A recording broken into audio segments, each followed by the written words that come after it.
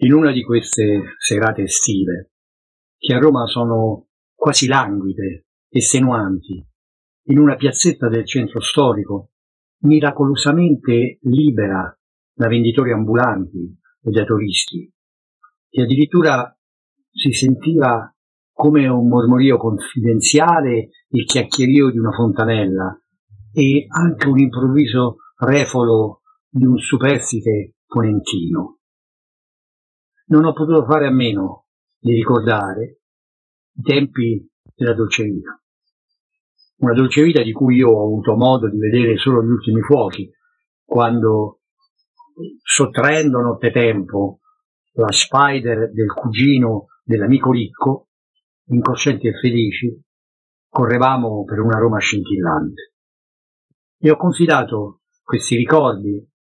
di questa Roma estenuata, barocca, ma magnifica, con le piazze deserte, le fontane che cantavano e le ragazze straniere che passeggiavano stordite da tanta bellezza. Ho raccontato queste piccole note ad un gruppo di giovani cineasti e con mia grande sorpresa fra 5 di loro soltanto 2 avevano visto la dolce vita e altri 3 pieni di concetti elaborati, di situazioni cinematografiche impegnate, non avevano visto questo film di Fellini, che è uno dei più grandi capolavori del cinema, e addirittura fra i primi 10 della top 10 di tutti i film del mondo. Un artista come Fellini, che ha preso 5 Oscar, 4 per i film e una alla carriera, ed è stato nominato 12 volte all'Oscar, ha preso la Palma d'Oro, cioè un monumento della cultura, del costume e dell'intelligenza italiana, ignorata da questi ragazzi che pretendono di fare il cinema. Ma quale cinema vogliono fare? Non si può prescindere dalla dolce vita. È un film che segna un'epoca, che separa due modi di fare cinema. Il neorealismo finisce con la dolce vita. Nasce un altro tipo di cinema, un cinema internazionale europeo che non guarda più l'ombelico dell'Italia, raccontando però fatti eterni come è stato il neorealismo, ma apre Roma e l'Italia al mondo intero, raccontando la storia di un uomo che è un uomo per ogni stagione, un uomo in ogni momento, ad ogni latitudine. Ognuno di noi è come Marcello Mastroianni nel film, che oscilla fra i grandi propositi e i compromessi quotidiani, che vorrebbe fuggire in un sogno d'amore con Rita Hepburn e poi invece torna a casa dalla donna che lo aspetta e che lo aspetta fedele, magari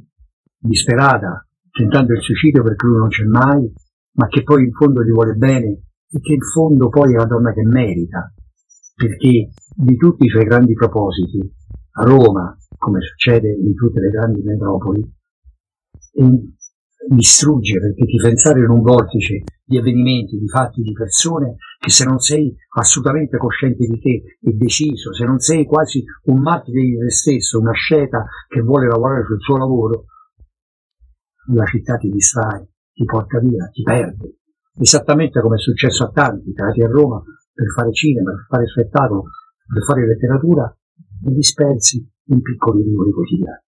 Ma qualcuno ce l'ha fatta, non a caso per esempio Tullio Pinelli, che è lo sceneggiatore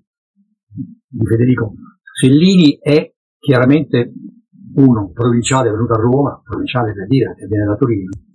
addirittura da un conte, e quando incontra Federico credo che abbia quasi 50 anni quando fa la docenza, e Federico ha 30 anni, e c'è questo stranissimo sodalizio fra un colto piemontese avvocato di nobile famiglia che ha fatto ufficiale di cavalleria e un vagabondo zingaro come Federico che porta nella sua testa tanti sogni e tante idee, e queste idee vengono elaborate da un maestro della sceneggiatura che è appunto Tullio Pinelli, che le quadra conservando però con grande sensibilità e grande valore artistico tutto il potenziale fantastico e onirico, e nascono film straordinari come La strada, come La dolce vita, come 8 e mezzo, film stupendi ai quali collabora anche un altro genio della scrittura, Ennio Flaiano. Ed Ennio mette quell'ironia mordace abruzzese, quel modo disincantato e leggermente pungente, che serve proprio a dare a tanti momenti della dolce vita un sapore dolce amaro, tragico. Quindi è un film epocale da vedere, che non voglio raccontare, ma che è una odissea che si regge su due piani, su questo giovane,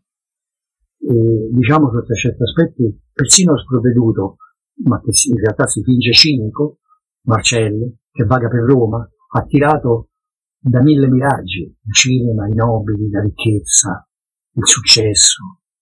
e ognuno di questi miraggi poi si rivela dietro le quinte una ben povera cosa, come vi testimonia il suo maestro e mentore Steiner, che addirittura,